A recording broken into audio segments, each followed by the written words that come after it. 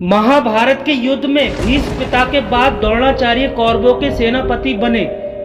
द्रोणाचार्य पांचालों और सरंजों का बड़ी संख्या में वध किए जा रहे थे। अर्जुन अपने गुरु द्रोणाचार्य को युद्ध में हानि पहुंचाना नहीं चाहते थे। तब भगवान श्री कृष्ण ने कहा, हे अर्जुन, तुम द्रोणाचार्य से अपनी क्षमता के अनुरूप युद्ध क्यों नहीं कर रहे हो?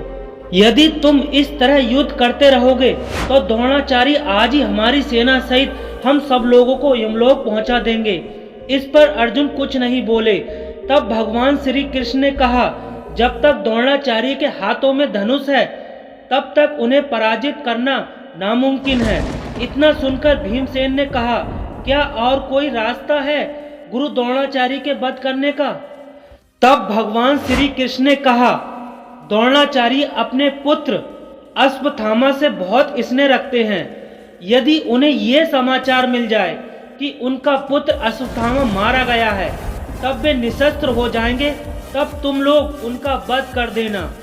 तब भीमसेन ने अपनी सेना में शामिल मालवा के राजा इंद्रवर्मा का हाथी, जिसका नाम अश्वत्थामा था, उसको मारकर द्रोणाचार्य के सामने आकर कहा, अश्वत्थामा मारा गया, अश्वत्थामा मारा गया।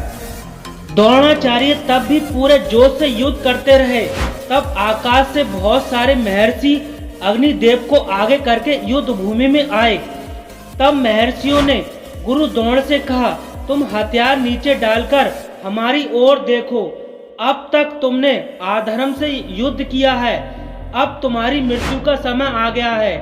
आज इस मनुष्य लोक में तुम्हारे रहने का समय पूरा हुआ है। इसके पश्चात श्री कृष्ण ने युधिष्ठिर से कहा, राजन, आज द्रोणाचार्य सूर्य बनकर हम सबको दग्ध कर रहे हैं, इसलिए उनका वध होना अत्यंत आवश्यक है। सत्य बोलना बहुत अच्छा होता है, लेकिन यदि किसी की जान बचाने के लिए असत्य का सहारा ले लिया जाए तो उसको पाप नहीं लगता।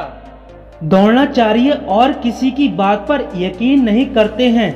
वे आपसे पूछने अवश्य आएंगे, तब उन्हें कह देना कि अश्वत्थामा मारा गया। तब भीमसेन ने जोर से गर्जना की और जोर से कहा, अश्वत्थामा मारा गया, मैंने उसे मार डाला। भीम की बात सुनकर द्रोणाचार्य उदास हो गए और युधिष्ठिर के पास आकर बोले, क्या अश्वत्थामा मारा गया? तब युधिष्ठिर ने जोर से कहा, हाँ, अश्वत्थामा मारा गया। फिर धीरे से कहा, लेकिन हाथी। बाद वाले शब्द द्रोणाचार्य ने सुने ही नहीं थे। उन्होंने धनुष फेंक दिया और रथ के पिछले हिस्से में बैठकर समाधि लगा दी। तब धृष्टद्युम्न ने आकर तलवार से गुरु द्रोणाचार्य का सिर धड़ से अलग कर दिया।